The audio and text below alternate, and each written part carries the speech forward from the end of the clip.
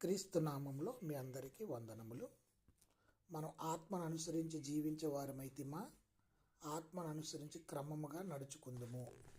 మనం ఆత్మ ఆధీనం కింద ఉంటే ఆత్మానుసారంగానే మనం నడుచుకోవాలి. వాస్తవంగా మనం దేవుని పిల్లలమైతే మనము దేవునికి తగినట్లుగా దేవుని పిల్లల వలె నడుచుకోవాలి. ఇక్కడ ప్రాముఖ్యమైన విషయం మనం చూస్తే, మనము క్రీస్తునందు విశ్వాసం ఉంచిన వెంటనే దేవుని దృష్టిలో నీతిమంతులుగా ఎంచబడతామని మనకు తెలుసు. అది సత్యం. అయితే మన అనుదిన ప్రవర్తన ఎల్లప్పుడూ నీతియుక్తంగా లేదని మన అనుభవం నుండి మనం తెలుసుకొనగలము.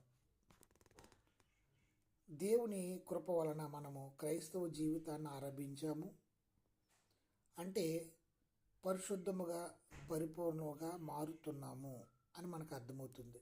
కాబట్టి ఆత్మానుసారంగా నడుచుకుంటే మనము నిత్య జీవాన్ని పొందుకుంటాము.